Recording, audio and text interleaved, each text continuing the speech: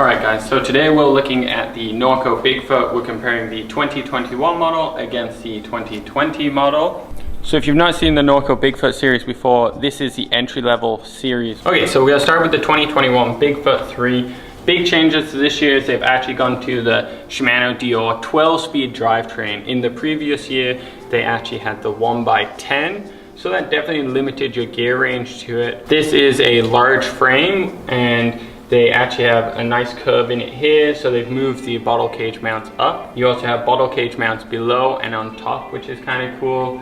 You still have a port here so you can actually integrate a dropper post right within the frame. Overall, between the two bikes, between the 2021 and the 2020, there's not a huge amount of changes. They've taken some key parts which will make a big difference, but there's not many changes overall. They've changed out the tires this year, so they've gone to a nice V tire. These are a good high quality tire. Big benefit is they're actually studdable now. So if you are doing a lot of commuting with it on kind of roads or icy tracked areas, the studs make a massive difference. If you're trail riding with them, we don't see a huge amount of people upgrading to the studs. Obviously it does depend what your trails are like. If they're fairly well snow packed and groomed, the studs help, but they're not a huge necessity. So this is really for that commuting crowd. The 12 speed on the Deore is just a fantastic setup. You can get those extra low gears in it. It does still have the clutch, same with the 2020 version, which is nice, so then you can stiffen up that rear derailleur. So how the clutch works is essentially open. It allows it to loosely flop around, so bashing around makes it easier shifting. But say you were going down a bigger downhill, you can actually stiffen it up, and then this becomes much stiffer to move, less likely to rattle around and skip gears or bounce off when you're doing kind of rougher, aggressive terrain or downhills. As we compare to the 2020, you can see that much smaller chainring setup to it. So it's still the Deore system, will still shift nice and fast, but it is definitely not got the range of the 12 speed. Both of them still have nice mount points for pretty much all your racks, and that includes up on the main frame and down on the fork. You're able to really load these bikes up and go on an adventure with them.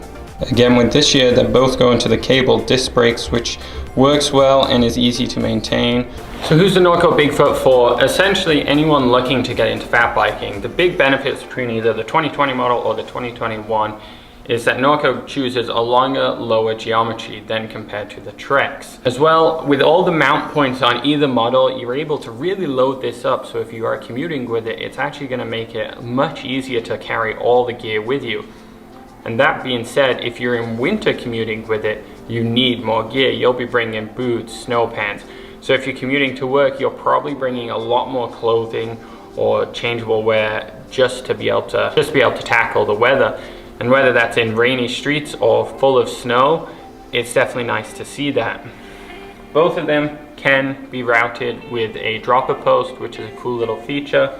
The drop post will make it a little easier in the rougher terrain, and especially over bumpy snow-filled streets. It's nice to be able to get that seat out of your way, and it's just going to be making the bike easier to handle, easier to manage. The cable disc brakes are cheap and easy to repair, which is a nice feature. So although salt and winter mud and stuff like that will wear down those cables much faster than say a hydraulic line, the benefit is hydraulic lines still have metal ends and metal joints, so there is a higher chance of rust and a higher cost to replace.